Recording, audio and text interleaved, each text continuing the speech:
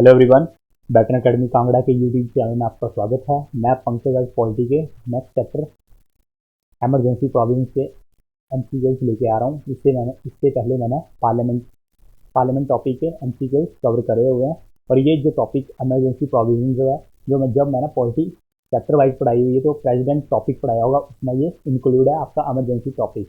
तो चलिए फिर इमरजेंसी प्रोविजन के एमसीक्यूज स्टार्ट करते हैं।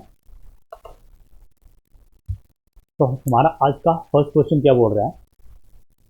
हमारा आज का फर्स्ट क्वेश्चन बोल रहा है, in India with in how many period has the proclamation of emergency to approved by both house of the parliament. अब क्वेश्चन में क्या बोला है, भारत में संसद के दोनों सदनों द्वारा आपातकाल की घोषणा को कितने समय के भीतर मंजूरी दे दी जाती है। अब देखो यहाँ पे क्या बोला गया है, जो आपकी जब इमरजेंसी घोषित करी जाती है तो जो आपके दोनों सदन होते हैं तो उनके बीच में बिल जब पास करते हैं तो कितने टाइम में जो बिल आपका पास हो जाना चाहिए। ओके, अब देखो सबसे पहले तो आपको पता होना चाहिए, मैंने बताया हुआ इमरजेंसी आपकी 3 तरह की होती है। ओके, कौन कौन सी होती हैं? एक आपकी नेशनल इमरजेंसी होती है। ओके, एक आपकी कौन सी होती है? कॉन्स्टिट्यूशनल इमरजेंसी होती है, जिसको हम प्रेसिडेंट रूल भी बोलते हैं, और इसको स्टेट इमरजेंसी बोलते हैं। इसको हम और क्या बोलते हैं? प्रेसिडेंट रूल भी बोलते हैं और इसको स्टेट इमरजेंसी भी बोलते हैं। ओके, और थर्ड होती है आपकी फाइनेंशियल इमरजेंसी। ओके, कौन सी? Financial emergency. अब 3 तरह की इमरजेंसी होती है। अब देखो, अब यहाँ पे बढ़ दिया हुआ, अब देखो यहाँ पे कोई भी इमरजेंसी मेंशन नहीं करी हुई है, ना तीनों में से कोई भी नहीं करी हुई है, ना नेशनल इमरजेंसी करी हुई है, ना कॉन्स्टिट्यूशनल इमरजेंसी करी हुई है, ना ही फाइनेंशियल इमरजेंसी करी हुई है।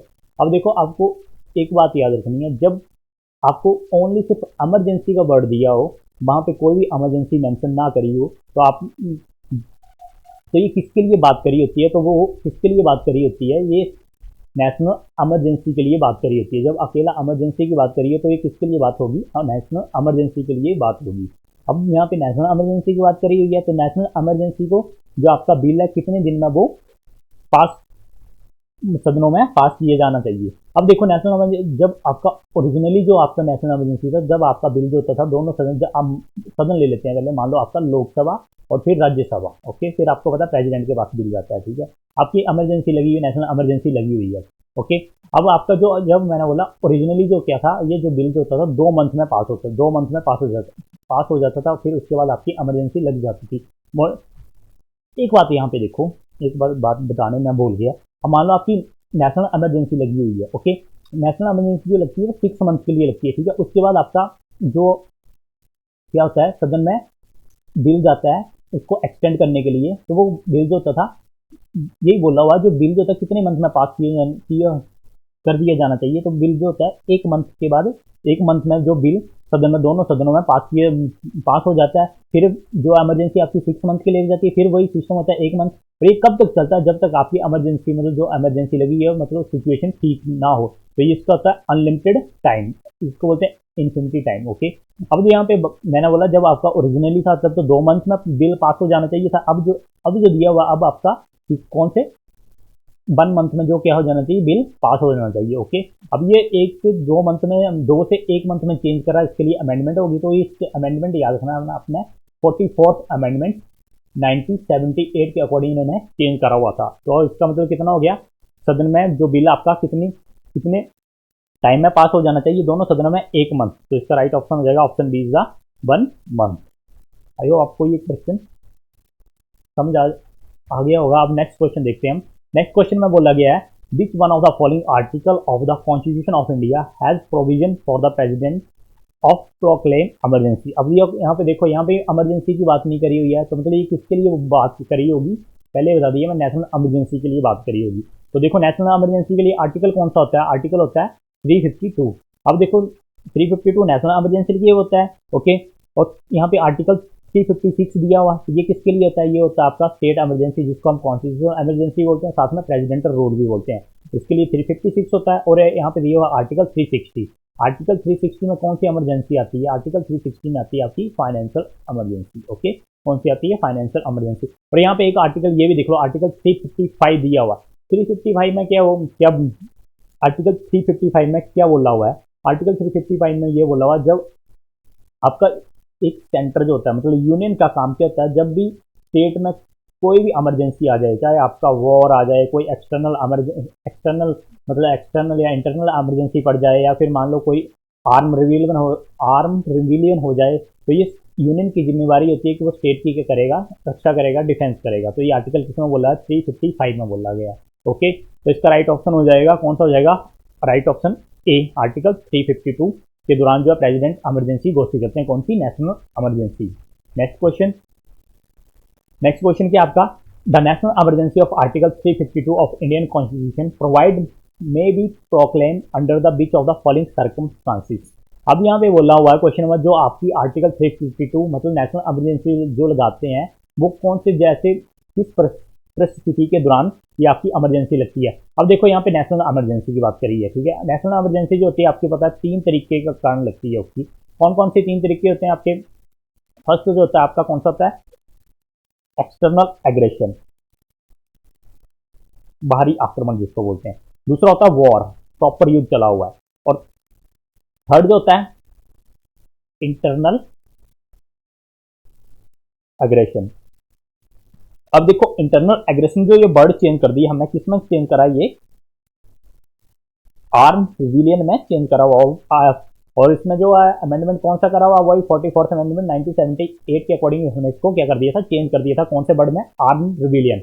ओके, अब यही बोला हुआ है जो आपके आर्टिकल 352 के अकॉर्डिंग अगर हम आपातकालीन की घोषणा करेंगे तो कौन कौन से परिस्थितियां होनी चाहिए, सर्कमस्टांसेस कौन कौन से होने चाहिए। तो अब इसमें देखो कौन सा होगा, वार भी है, एक्सटर्नल एग्रेशन भी और इंटरनल डिस्टर्बेंस भी है। तो इसका राइट ऑप्शन जो option D is the right answer. अब देखो यहाँ पे मैं बता देता हूँ, जो नेशनल इमरजेंसी जो लगी है आपकी अभी तक एट अ प्रेजेंट टाइम 3 बार लगी है नेशनल इमरजेंसी, और तीनों रीजन के कारण लगी है। एक्सटर्नल एग्रेशन के थ्रू भी लगी है, वॉर के थ्रू भी लगी है, और इंटरनल एग्रेशन के थ्रू भी लगी हुई है। ओके, अब एक्सटर्नल एग्रेशन कब हुआ था, ये हुआ था 1962 जब आपकी इंडिया चाइना वॉर हुई थी। ये आपका एक्सटर्नल एग्रेशन हुआ था, मतलब जो चाइना थी एग्रेशन हुई पड़ी थी, ठीक है। उस टाइम क्या हो, बोलने का मतलब ये हो गया कि ये यहाँ पे आपका प्रॉपर वॉर नहीं था, ये एक एक्सटर्नल एग्रेशन था। अब वॉर कब हुई थी, वॉर इंडिया चाइना हुई थी, ये कब हुई थी, ये हुई थी 1971 में। इंडिया एंड सॉरी पाकिस्तान होगा, इंडिया मैंने चाइना बोल दिया, इंडिया और 1971 में इंडिया और पाकिस्तान का जब युद्ध हुआ था, तब आपकी वॉर के थ्रू आपकी नेशनल इमरजेंसी। अब वॉर का मतलब क्या होता है, प्रॉपर वॉर चला हुआ है, जब आपको पता एयर से भी चला हुआ है, मतलब लैंड से भी चला हुआ वॉर आपका, और कौन सा क्या वाटर मतलब नेवी भी, मतलब तीनों की तीनों फोर्सें इन्वॉल्व हैं, उसको बोलते हैं प्रॉपर वॉर। तो ये आपका 1971 में लगी है। और इंटरनल एग्रेशन जो लगी थी वो कब लगी थी, 1975 में। ओके, 1975 में जब आपकी कौन सी किसकी सरकार थी, इंदिरा गांधी की सरकार थी। ओके, और अगर अभी इन्होंने प्रेसिडेंट का नाम पूछा, इस टाइम प्रेसिडेंट कौन थे, वो कौन थे, फखरुद्दीन अहमद अली। ओके, अब इसका राइट ऑप्शन हो जाएगा वॉर, एक्सटर्नल एग्रेशन और internal disturbance. Okay, next question देखते हैं अब हम। नेक्स्ट क्वेश्चन में बोला गया, how many time has the financial emergency been declared in India so far. Question में बोला गया जो आपकी फाइनेंशियल इमरजेंसी है वो कितनी बार घोषित करी हुई है। अब फाइनेंशियल इमरजेंसी का आर्टिकल क्या आता है, 360। ओके, अब ये कितनी बार घोषित करी हुई है, अभी आप देखो अभी तक आपकी जो है एक बार भी इमरजेंसी मतलब फाइनेंशियल इमरजेंसी नहीं लगी है, नेवर। इसका right answer option D is the right answer. और फाइनेंशियल इमरजेंसी में होता क्या है, आपके जितने भी मान लो आपके गवर्नमेंट ऑफिशियल है, जो भी गवर्नमेंट के अंदर जॉब करते हैं, तो उनकी सैलरीज क्या हो जाती हैं, सैलरीज क्या होती है, रिड्यूस हो जाती हैं, कम हो जाती हैं। ये होता है आपका फाइनेंशियल इमरजेंसी में। ओके, नेक्स्ट क्वेश्चन देखते हैं अब हम। नेक्स्ट क्वेश्चन में क्या बोला गया, under which of the following circumstances can be president declare emergency. यहाँ पे भी देखो, अब यहाँ पे बोला हुआ सिंगल वर्ड, मैंने बोला आपको ये रखना, अगर किसी भी कोई भी इमरजेंसी यहाँ पे मेंशन ना करी हो तो सिंगल इमरजेंसी, जो सिंगल वर्ड लिखा होगा इमरजेंसी, वो किसके लिए होगी, नेशनल इमरजेंसी के लिए होगी। ओके, और इसका आर्टिकल कितना है, 352 है। ओके, अब देख लेते हैं किस परिस्थिति मतलब सर्कमस्टांसेस के अकॉर्डिंग आपके प्रेसिडेंट क्या करेंगे, डिक्लेयर करेंगे कौन सी नेशनल इमरजेंसी। क्या दिया, external aggression, internal failure of constitution, failure financial crisis. यहाँ तो कोई भी आपका ये तो कोई भी ऑप्शन नहीं होगा, तो इसका कौन सा हो जाएगा आपका एक्सटर्नल एग्रेशन। बताया होगा ना पहले कौन कौन सा रीजन था, एक्सटर्नल एग्रेशन, वॉर, और साथ में था आर्म रिविलियन। ओके, तो यहाँ से एक ही ऑप्शन दिया हुआ, कौन सा दिया हुआ, एक्सटर्नल एग्रेशन, इसका ऑप्शन हो जाएगा, option is the right answer. और यहाँ पे दिया हुआ क्या दिया, failure of the constitution machinery in state. तो ये कौन सा आर्टिकल है, ये आपका कॉन्स्टिट्यूशन इमरजेंसी आर्टिकल 350 कौन सा 6। ओके, नेक्स्ट क्वेश्चन देखते हैं अब हम। नेक्स्ट क्वेश्चन में बोला गया how many times did the president of India declare national emergency. वही क्वेश्चन बार बार वही रिपीट हो रहा है। तो कितने टाइम में करा हुआ इन्होंने नेशनल इमरजेंसी, 3 टाइम में करी हुई है, 1962, 70 और 1975। ये मैं पहले बता दिया। ओके, तो इसका राइट ऑप्शन हो जाएगा, ऑप्शन डी इज द 3 बार लगाई हुई है। ओके, नेक्स्ट क्वेश्चन है which India state come under president rule of the maximum number of times.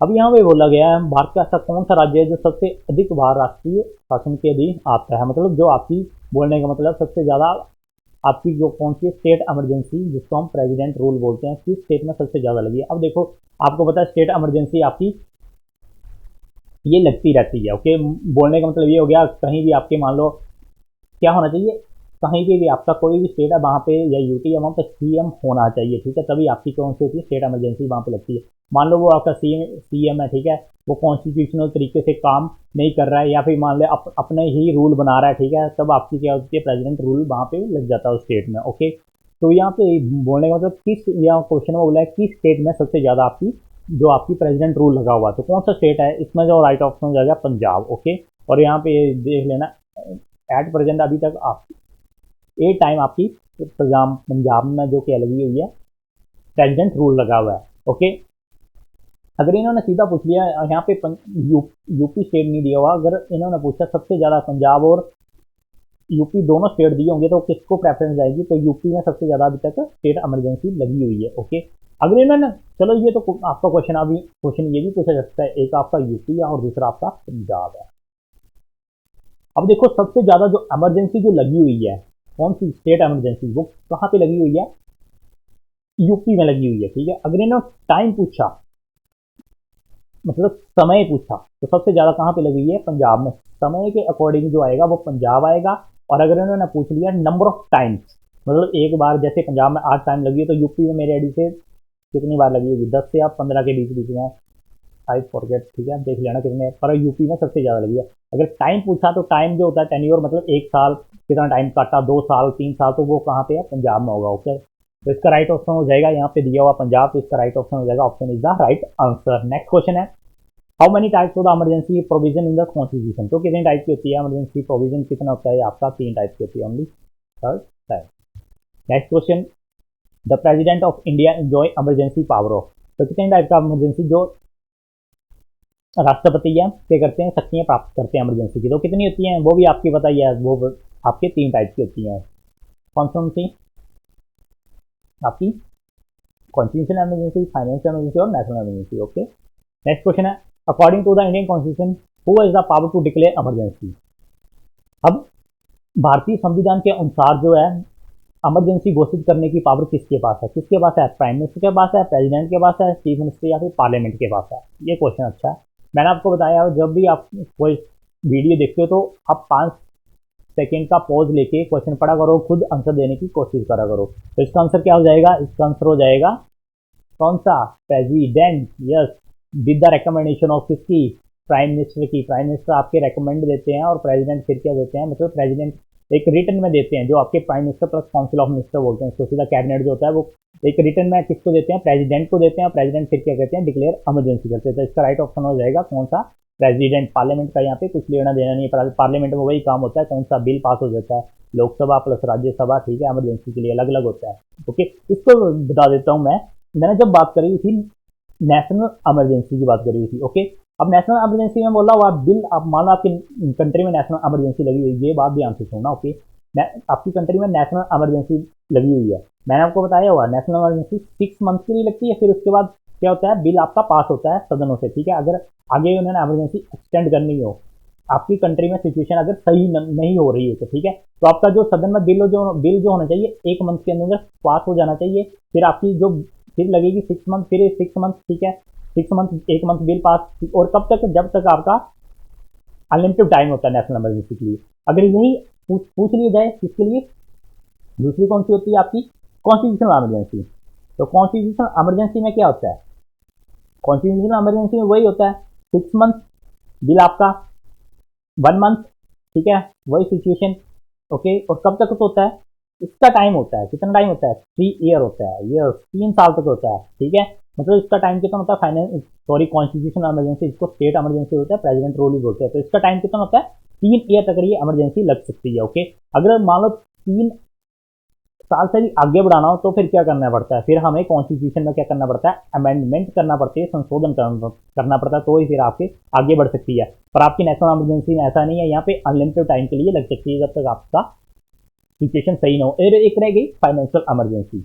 Okay, अब फाइनेंशियल इमरजेंसी में क्या सिस्टम है, फाइनेंशियल इमरजेंसी में क्या सिस्टम होता है, वही सिस्टम होता है, ठीक है। 6 मंथ के लिए इमरजेंसी लगती है फर्स्ट टाइम, फिर उसके बाद जो बिल जो होता है ना पास सदन में, ठीक है, यहाँ पे होता है, यहाँ पे कितना होता है, 2 मंथ होता है, कितना, 2 मंथ। ओके, फिर 2 मंथ के बाद अगर बिल 2 मंथ के अंदर बिल पास किया, फिर 6 मंथ, फिर 6 मंथ, ठीक है, 2 मंथ, ये जाती कब तक है, ये कब तक जाती है, इसका टाइम भी कितना है आपका, अनलिमिटेड टाइम है।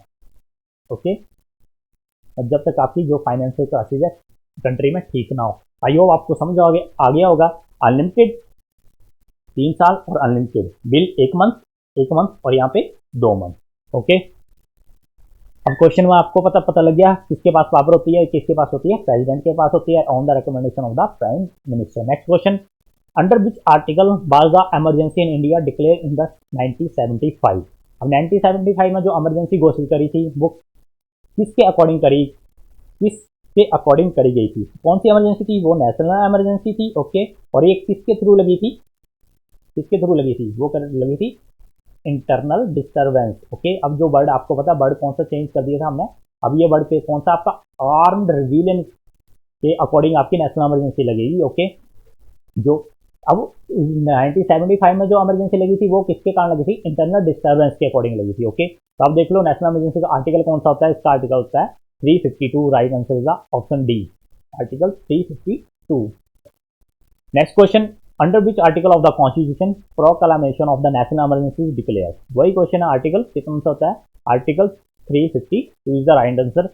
356 आपके कॉन्स्टिट्यूशनल इमरजेंसी, 360 आपकी क्या होती है, यहाँ पे फाइनेंशियल इमरजेंसी होती है। ओके, यहाँ पे एक आर्टिकल दिया है, आर्टिकल 361। आर्टिकल 361 में क्या लिखा गया है, आर्टिकल 361 में क्या लिखा गया, आप इसमें क्या लिखा है, इसमें जो आपके प्रेसिडेंट जो होते हैं और आपके गवर्नर होते हैं, ठीक है, ये किसी को भी आप किसी भी ना पार्लियामेंट और यहाँ पे स्टेट लेजिस्लेटिव असेंबली को ये क्या जवाबदेही नहीं होते हैं, आर्टिकल 361 में ये लिखा गया। Okay, next question, which period below the depict internal emergency in India under article 352। Question वही है, आप पर यहाँ पे पूछा गया आर्टिकल 352 के अकॉर्डिंग जो आपकी इमरजेंसी बताई हुई है, कितने समय के लिए, कितने टाइम तक ये इमरजेंसी आपकी रही है। अब देखो आपको पता है, मैंने बताया आपकी इमरजेंसी, नेशनल इमरजेंसी 3 बार लगी हुई है और तीनों टाइम में सिर्फ एक बार ही आपका क्या लोकसभा का टाइम बढ़ा हुआ है। ओके, तो वो कौन से टाइम में बढ़ा हुआ है और ये कितने टाइम बढ़ा हुआ था, 2 साल के लिए बढ़ा हुआ था। वो कौन सी थी, 1975 वाली इमरजेंसी जो इंटरनल डिस्टर्बेंस के अकॉर्डिंग लगी थी। तो ये कहाँ से कब तक थी, ये थी आपकी 25 जून, यस 25 जून 1975 टू 21 मार्च 1977, मतलब 2 साल के लिए लगी थी। और आपका लोकसभा का भी टाइम कितना बढ़ा हुआ था, 2 साल के लिए लोकसभा का आपका टाइम बढ़ा हुआ था। ओके, चलो नेक्स्ट क्वेश्चन देखते हैं अब हम।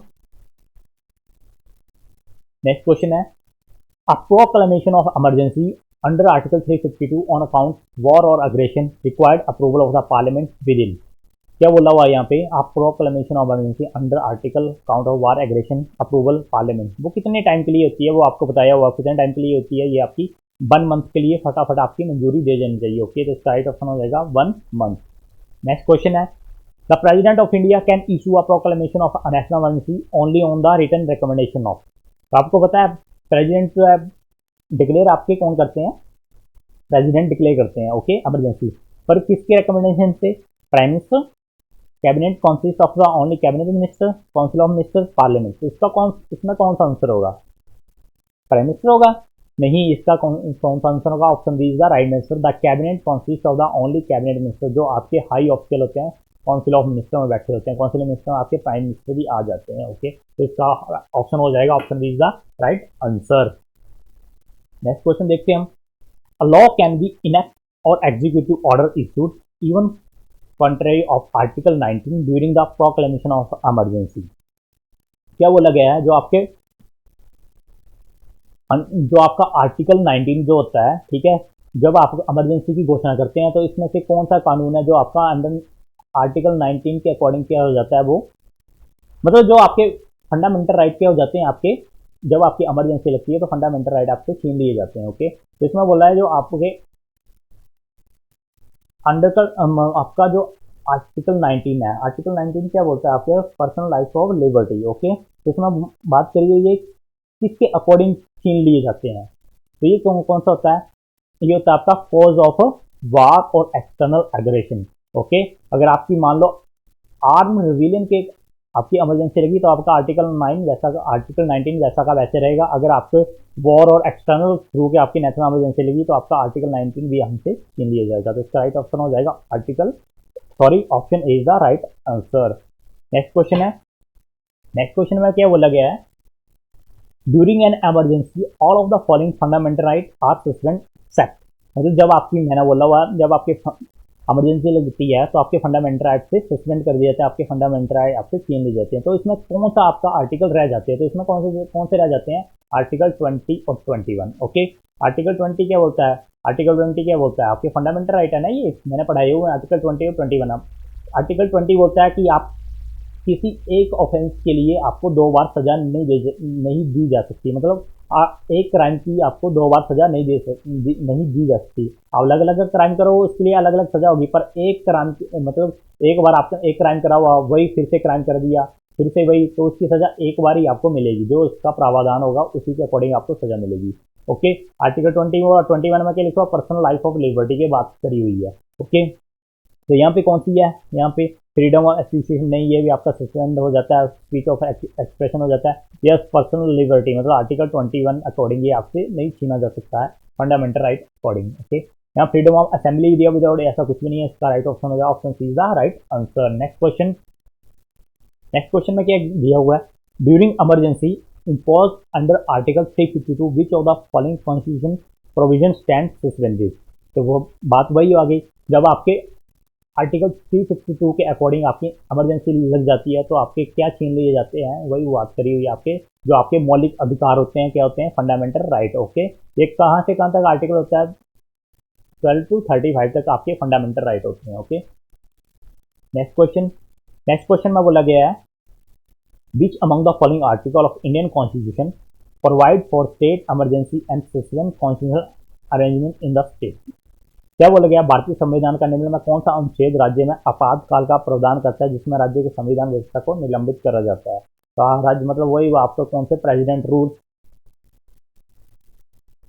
ये कौन सी है आपके, कौन सा आर्टिकल है इसका, इसका आर्टिकल है article 356 is the right answer, option B is the right answer.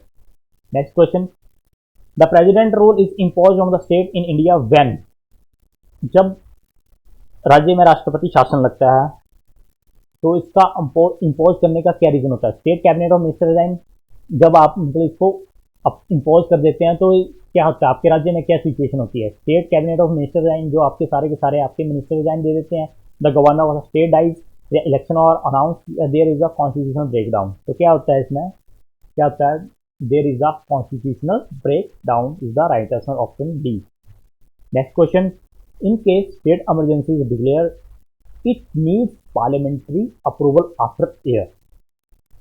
क्या बोला गया, क्वेश्चन है, क्वेश्चन ध्यान से पढ़ना, in state emergency is declare, अगर आपकी स्टेट इमरजेंसी डिक्लेयर करी है तो पार्लियामेंट में कितने दिनों के अंदर वो आपका अप्रूवल दिया जाना चाहिए, तो वो कितने टाइम के लिए होता है, आपको पता है 6 मंथ के लिए लगती है, उसके बाद अप्रूवल जो होता है आपका कितने टाइम के लिए होता है, 1 मंथ के लिए होता है, उसके बाद फिर इमरजेंसी लग सकती है। ठीक है, आपकी स्टेट इमरजेंसी है, ठीक, ओके, ये कितना टाइम के लिए होती है आपकी, 6 मंथ के लिए होती है, 6 मंथ के बाद फिर आपको अप्रूवल लेनी पड़ती है। ओके, मतलब बिल क्या करना पड़ता है, अगर आप इमरजेंसी एक्सटेंड कर रहे हैं, आगे बढ़ा रहे हैं, तो आपको क्या करना पड़ता है, बिल पास कराना पड़ता है। ओके, सदन से, तो पहले क्या करना होता है 6 मंथ, 6 मंथ के बाद फिर 6 मंथ। ओके, तो इसका राइट ऑप्शन हो जाएगा, option is the right answer. Next question है financial emergency can be declared by applying. तो फाइनेंशियल इमरजेंसी कौन सा आर्टिकल होता है? Article 360 is the right answer. ये देखो क्वेश्चन इमरजेंसी प्रोविजन में यही आंसर बार बार यही लिखे जाएंगे और यही रिपीट होंगे।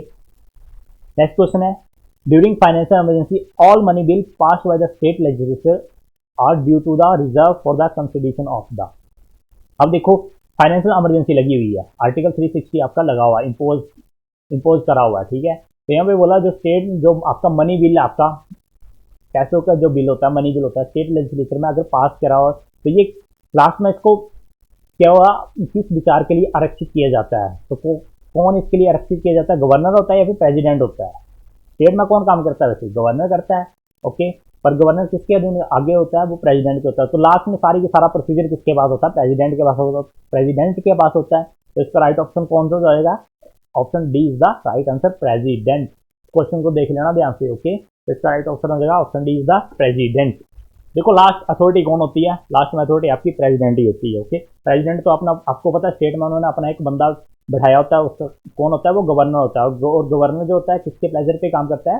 प्रेसिडेंट के प्लेजर पे ही काम करता है। प्रेसिडेंट जब मर्जी उसको क्या कर सकता है? रिजाइन कर सकता है, उसको एक स्टेट से दूसरे स्टेट में भेज सकता है, ओके। आपको पता है कॉन्स्टिट्यूशन में गवर्नर के बारे में जो उनके अपॉइंटमेंट है वगैरह इसमें कुछ नहीं लिखा गया है, ओके। तो ये किसके प्लेजर पे काम करते हैं? प्रेसिडेंट के प्लेजर पे काम करते हैं, okay. Next question under which article of Indian constitution है प्रोविजन नेशनल इमरजेंसी? ठीक है, ये आपको पता कौन सा आर्टिकल आपका 352 इज द राइट आंसर है, okay. How many time the financial emergency can be programme. अब क्वेश्चन में क्या बोला गया? क्वेश्चन सिंपल, आपका जो आपकी फाइनेंशियल इमरजेंसी है इसका क्या बोला गया? इसका पीरियड जो होता है कितना टाइम के लिए होता है? आपको बताया हुआ मैंने, कितना टाइम के लिए आपके, मान लो आपके देश में अगर फाइनेंशियल इमरजेंसी लग जाए तो कितने टाइम के लिए होती है? मैंने आपको बोला 6 मंथ। फिर उसके बाद अगर आपकी सिचुएशन टाइम नहीं हुई, सही नहीं हुई, तो आपका बिल पास कराना पड़ता है। तो कितने टाइम के लिए फटाफट पास कराना पड़ता है? वो आपका 2 मंथ के अंदर जो बिल पास कराना पड़ता है, फिर 6 मंथ, फिर 6 मंथ, ऐसे ही। तो कब तक लगेगी? ये आपकी कितने टाइम के लिए होती है फाइनेंशियल इमरजेंसी? ये होती है अनलिमिटेड टाइम के लिए, जब तक आपकी फाइनेंशियल इमरजेंसी में जो फाइनेंशियल क्राइसिस आपका खत्म ना हो जाए। तो इसका राइट ऑप्शन हो जाएगा, क्या हो जाएगा? No maximum period, okay. देख लेना, फाइनेंशियल इमरजेंसी के लिए भी अनलिमिटेड है और आपकी नेशनल इमरजेंसी के लिए भी अनलिमिटेड है। और आपकी एक स्टेट इमरजेंसी होती है जिसको प्रेसिडेंट रूल भी वो बोलते हैं, ओके। और कॉन्स्टिट्यूशनल इमरजेंसी बोलते हैं। उसमें जो होता है कितना होता है? 3 साल होता है, 3 ईयर्स होता है टाइम, ओके। अगर उसके बाद हमें उसको कंटिन्यू रखना हो तो उसके लिए क्या करना पड़ता है? हमें कॉन्स्टिट्यूशन में क्या करना पड़ता है? अमेंडमेंट करना पड़ता है, संविधान में संशोधन करना पड़ता है, तो ही हम उसको कॉन्स्टिट्यूशनल इमरजेंसी को आगे बढ़ा सकते हैं। तो इसका राइट ऑप्शन हो जाएगा no maximum period, okay. Okay, ये आपके इमरजेंसी के सारे जितने भी क्वेश्चन थे इनमें से आपको, अगर आप एग्जाम दोगे तो इसमें से आपको क्वेश्चन देखने को मिल जाएगा, ओके। और आपको ये अगर वीडियो अच्छी लगे तो इसको लाइक और शेयर जरूर करना और हमारे चैनल को सब्सक्राइब जरूर करना, ओके। Thank you.